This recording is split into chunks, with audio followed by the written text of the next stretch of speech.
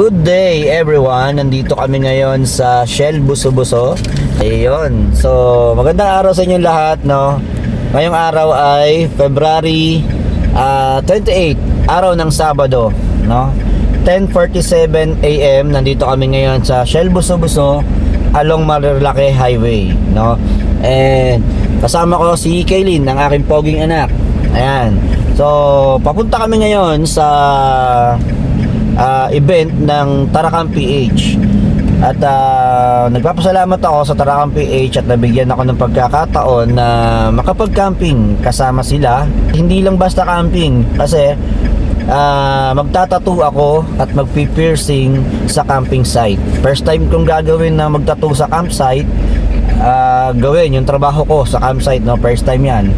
First time ko rin na ma-meet in person yung mga iniidolo at hinahangaan kong content creator about sa camping. Ang event ng Tarakan PH is 3 days yun. Actually, kahapon pa nagsimula, no? Pero dahil foundation day ng school ni Kaylin, ng anak ko, minabuti na muna namin, unahin na muna yung school event niya bago kami pumunta ng camping event, no? Dalawa lang kami ng anak ko na pupunta sa camping event na yon. And first time, speaking of first time namin ma-experience ang car camping, at first time din ng sasakyan na to na makaka-experience ng campsite. Hindi ko pa alam kung ano yung mangyayari. So kahit yung mga gamit na binili ko ay first time ko rin magagamit. 10:51 na, mag-aalas 11 na. Base sa Google Map, mula dito ay 47 minutes. So meron na lang 28 kilometers. Magpapagas lang ako ng kaunti sa Shell bago dumiretso ng campsite. Ang venue nga pala ay sa Palaya Natural Farm. Titigil muna din kami sa palengke para bumili ng mga lulutuin ng mga pagkain. Babalikan ko na lang kayo pagka malapit na kami dun sa site, sa camping site. Let's go, Kaylin. Let's go, say let's go. Let's go. Dito sa camera. Come on. Say let's go. Let's go, Kaylin. Let's go, mommy, swimming.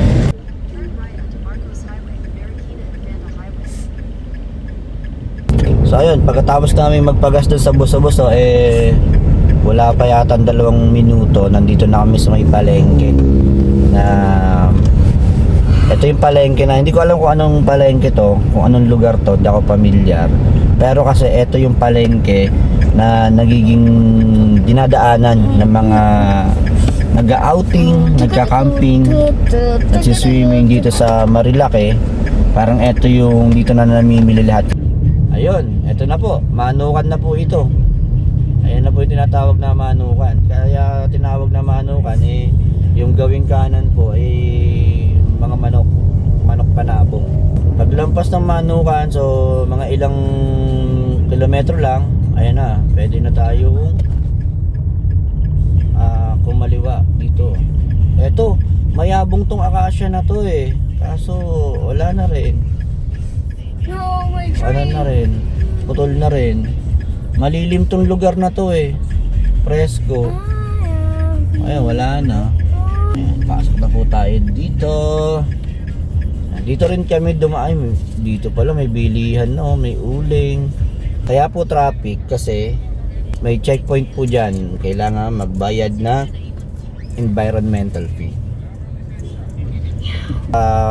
Pagpasok doon ay may binayaran lang na 50 pesos para sa alam ko environmental fee yun, dahil DENR yun Ayan, medyo ito yung natatandaan kong daan dito, matarik to Ayan.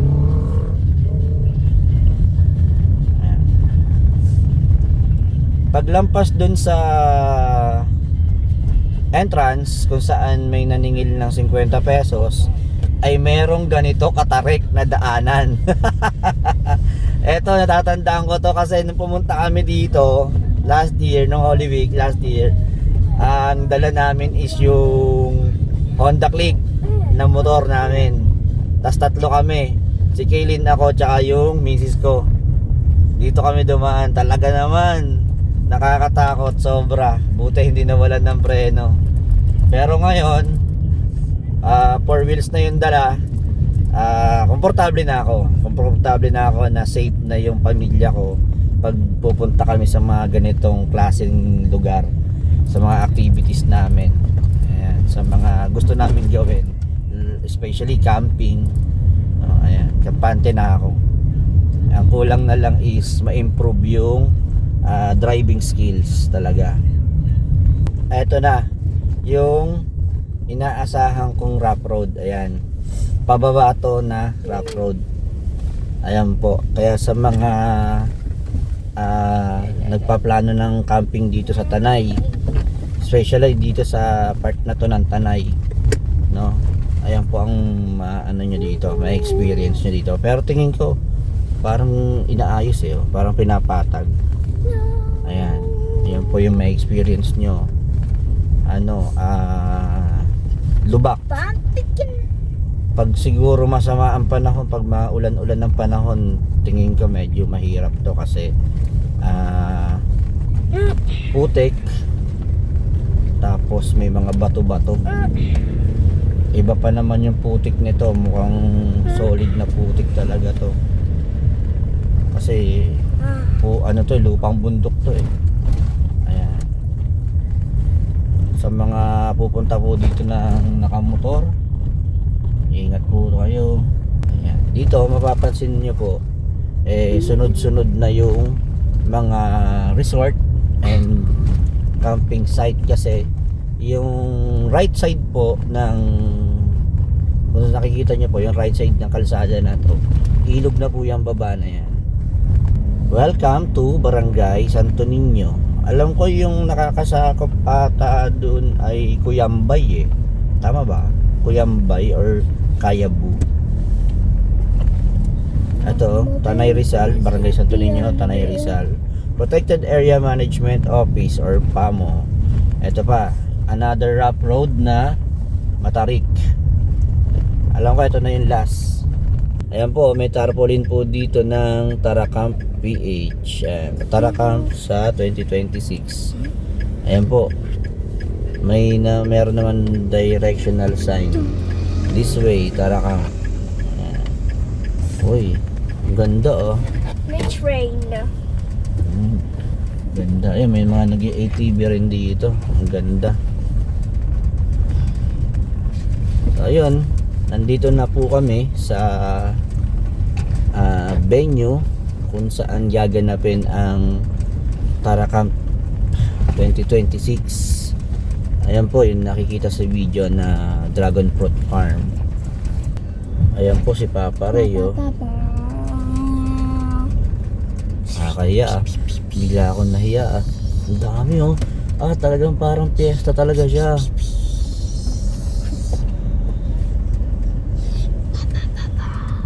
Ang ganda. Ang ganda po. Pero hindi ko pa rin talaga alam kung saan ako pepesto na ito. May mga sila may mga feather banner. Sir, magandang tanghali po. Nasa yung QR code, sir? Sir, yung tattoo artist sa Po sir, saan po kaya? Dito na si Sir sa tattoo. Nandito na kami sa venue at natutuwa ako kasi sa mga nakikita ko ngayon dito, parang nakakahiya. Natutuwa ako na nahihiya kasi iba talaga iba yung dating kasi parang ang ganda na nakikita ko. Hindi siya ordinary hindi siya ordinary parang camping event. Talaga as in camping event. Diba? So tingin ko mas magandang ikutin ko to mamaya or pag medyo malilim na. Alam mo yun kasi hindi ako prepared. Hindi ako prepared pero ang gaganda ng mga dito. So ay mga magandang hapon po. QR natin, sir. QR ba tayo? Wala po ma'am kasi Wait. Pasok ka dito, sir. dito lang po.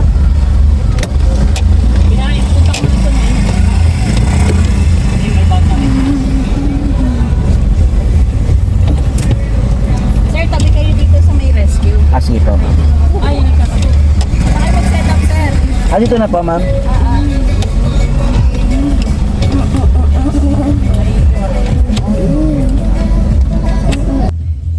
So ayun po, nandito na kami sa campsite dito sa Palaya Natural Farm.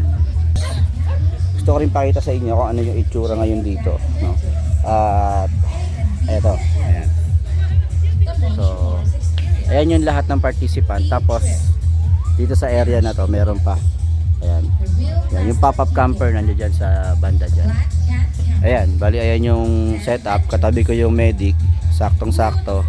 Ayan, pagka nagtattoo ako dito at nahimatay sa sakit, sila na yung bahala mag first aid dyan. Ayan, no? Andyan mga medic from Tanay Rescue. Ayan, galing. Organize yung event na to.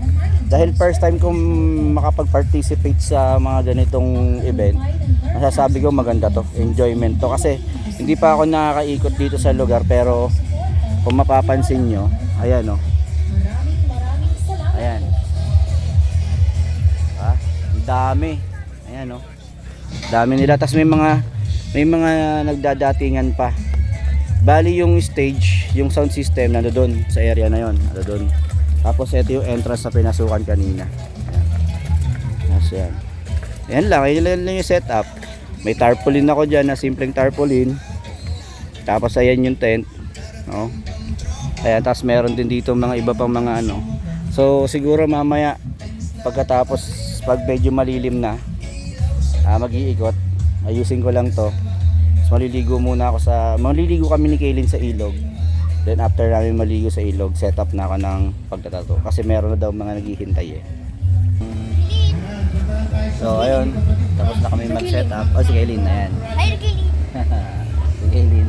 So ayun, tapos na akong mag-set up ng tent at saka ng aking magiging working station dito sa event, no? At may program na rin, may nagsasalita na rin sa stage kung naririnig nyo.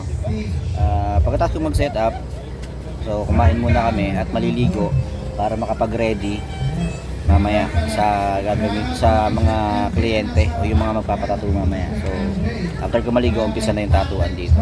So gusto ko lang makita nyo yung eksena dito. Ayan yung aking setup, no?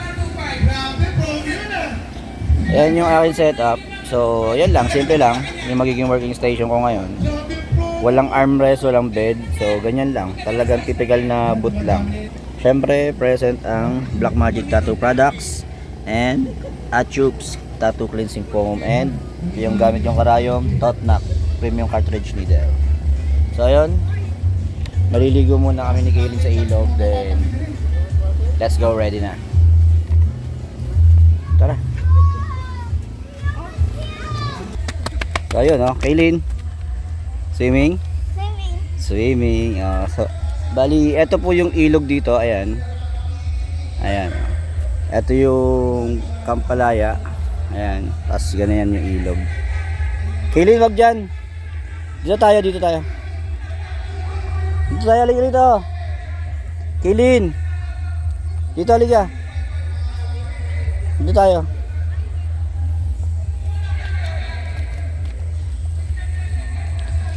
So maliligo muna kami. Ayan, medyo manipis yung tubig ngayon, pero maganda naman, malinis. So magsiswimming muna kami ni Kaylin ngayon para mapagbigyan tong batang to. Ayan, ayan. Tuwa-tuwa, Ayan. So ayan yung view.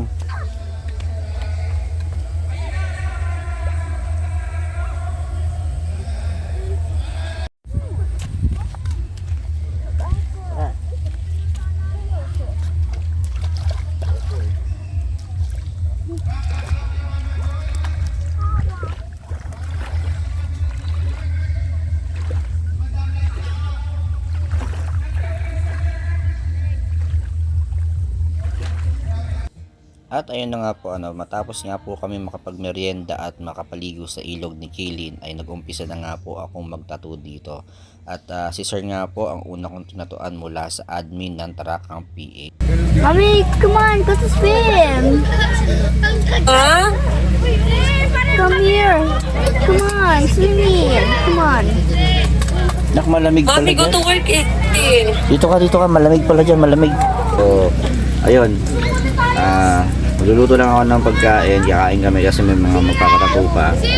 Habang si Kaylin nandito. Kaylin, say hi. Say hi sa camera. Ayan Hi, o. camera. Hi, what's your name? Where's your name, camera? Ayan. Habang siya ay naglilibang sa iPad. Ayan. So bukas, pagising, ay ganun ulit. Almusal. Kung may magpapatato pa bukas, edi maganda. Nakakapagpatato pa. Tapos konting tampisaw sa ilog. Mga bandang alas 5 ng hapon, uwi na kami. Magkano pag ganyan? Pag sa labas po, 2.5. Pero pag dito po sa campsite, 1,000 lang po.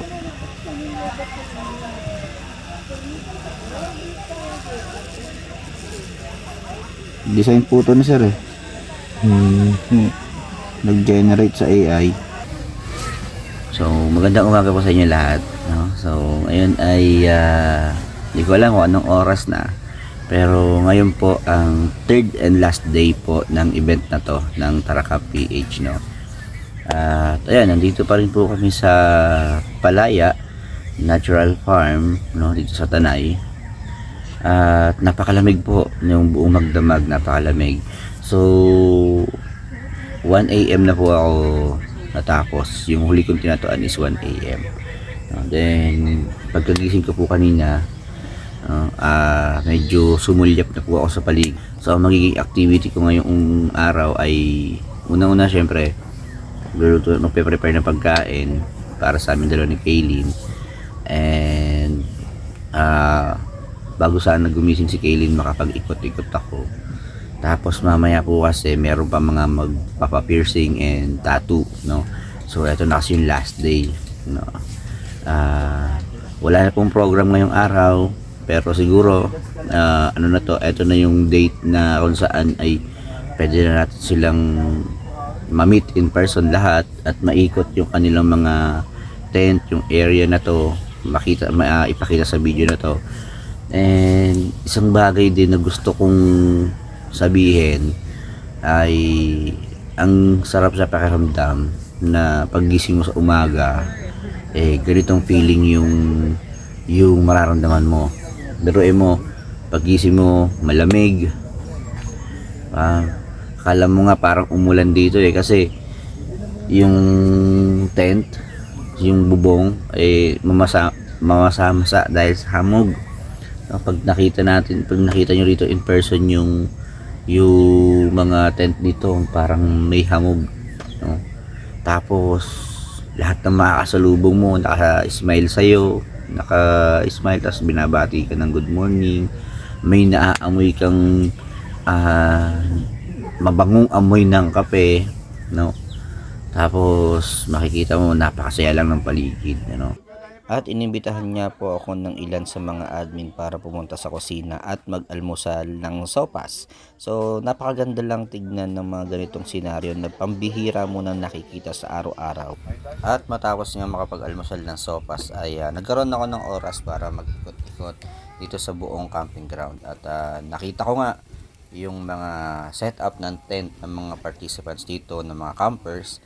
So talagang masasabi ko na pinaghandaan talaga nila itong event na to, itong pista sa kalikasan na inorganize ng Tarakang PH, no? At talaga namang nakakatuwa ang tignan na maraming mga campers ang willing mag-participate sa mga ganitong klase ng event. Siguro natutuwa ako dahil siguro first time kong makakita at ma-expose sa ganitong klase ng event. At habang ako nga ay nagpapatuloy sa pag-iikot-ikot dito ay nakita ko si Biyaherong Kritiko, isa sa mga iniidolo natin yan. At sa banda rito nga ay hindi talaga kayo magugutom pag nandito kayo sa event na to dahil may mga nagtitinda ng mga masasarap na pagkain. Ayan. Talaga namang piyestang-piyesta ang dating sa mga inihaw nila. At habang nagpapatuloy nga sa pag-iikot dito sa camping ground ay nakita ko yung pwesto ng Campaholics, no, sila Sir Bolts. At isa pa sa mga hinahangaan ko talaga dito sa event na to yung mismo talagang mga organizer o yung mga admin ng Tarakam PH. Talaga namang napakasisipag nitong mga to at napakagaling, no. Tingnan nyo, binigyan pa ako ng epektos diyan. At pagpihit niya ng camera ko sa gawing kanan ay makikita ang isang senaryo ng isang pamilya na masayang magkakasama, nagbabanding, at syempre hindi lang tao ha. May present din ng mga poor parents at ang kanilang mga poor babies na napaka-sweet naman talaga, ano. Ang sarap pagmasdan ng mga ganitong sitwasyon na talagang napaka-pambihira mo nang nakikita at nai-experience pag nandito ka sa syudad o sa mga kahit sa mga araw-araw na pamumuhay, no. So ayun po, no, magandang gabi sa inyo lahat. So 8 PM na, alas 8 pasado na po ng gabi at nakapag-dinner na po ako. At ayan si Kaylin, nagdi-dinner pa, hindi pa tapos kumain kasi habang kumakain naglalaro ng Angry Bird. Ayan. At meron pa rin po ako ditong setup. Ayan. Magtatattoo pa po kasi ako. Pero yung mga ibang gamit po namin ay nakasakay na po sa sasakyan at tatanggal ko na rin po yung awning, no. Kung bakit po ganyan, kasi si Sir Ian po ay tatatuan ko pa. Siya po yung pinakahuling tatatuan ko ngayong gabi. So, kaya meron pa pong ganyan, nakaset up pa. So, wala na po yung mga participants ng camping nung event ngayong araw. Wala na po sila, nag-uwian na. No, yung mga kanina po na nakita nyo sa video na to, mga nag-uwian na po. So, ang natitira na lang po dito sa venue ay yung admin ng Tarakam at saka kami po, ano. So kung bakit kami po yung natira, kasi ayun nga, may usapan kami ni Sir Ian na tatatuan ko pa siya. Pusin lang namin to, then ayun, sabay-sabay na siguro kaming uuwi, no. So nandoon kasi sila sa kusina, yan yung part na yan. Diyan po kasi yung kusina, yung lutuan. So eto yung sitwasyon ngayon dito. Meron ng mga bagong guest yung yung palaya. Ayan. Tapos ayan, no, malinis na. Maraming salamat sa pagtanggap po, no, sa akin na maging bahagi, na maging parte at magbigay ng makapagbahagi ng kaunting saya sa inyong event, ano. Maraming salamat po sa inyo. Lubos po ako nagpapasalamat sa inyo. Masaya po ako, na-enjoy ko po, although hindi ako umaalis dito sa area ko dahil may ginagawa, busy, pero promise po, ang puso ko po at isip ay masaya. At ganun din po ang aking anak, ayan, si Kaylin. Kaylin, say hi. Hi. Ayan. Masaya naman po siya, masaya naman po kami at komportable, ligtas po kami dito at walang nangyaring hindi maganda. Walang event po ng Tarakam PH 2026 ay natapos ng masaya, masagana, good vibes at ligtas, no. Kaya napakasaya po at nararamdaman ko yung saya ng lugar at nung event, no. Kaya labis po ako nagpapasalamat talaga sa inyong lahat. Maraming salamat.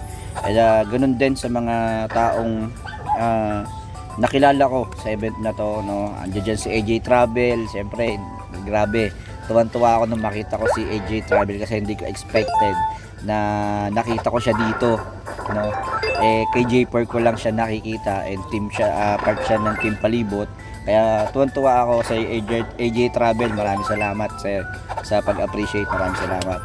Kay Kritikong Biyahero, ayan, siyempre maraming salamat. Kila Master, yung aking tinuturing na Master Idol, John Pax, sir, maraming salamat sa pag-appreciate. Siyempre kay Papa Ray, no.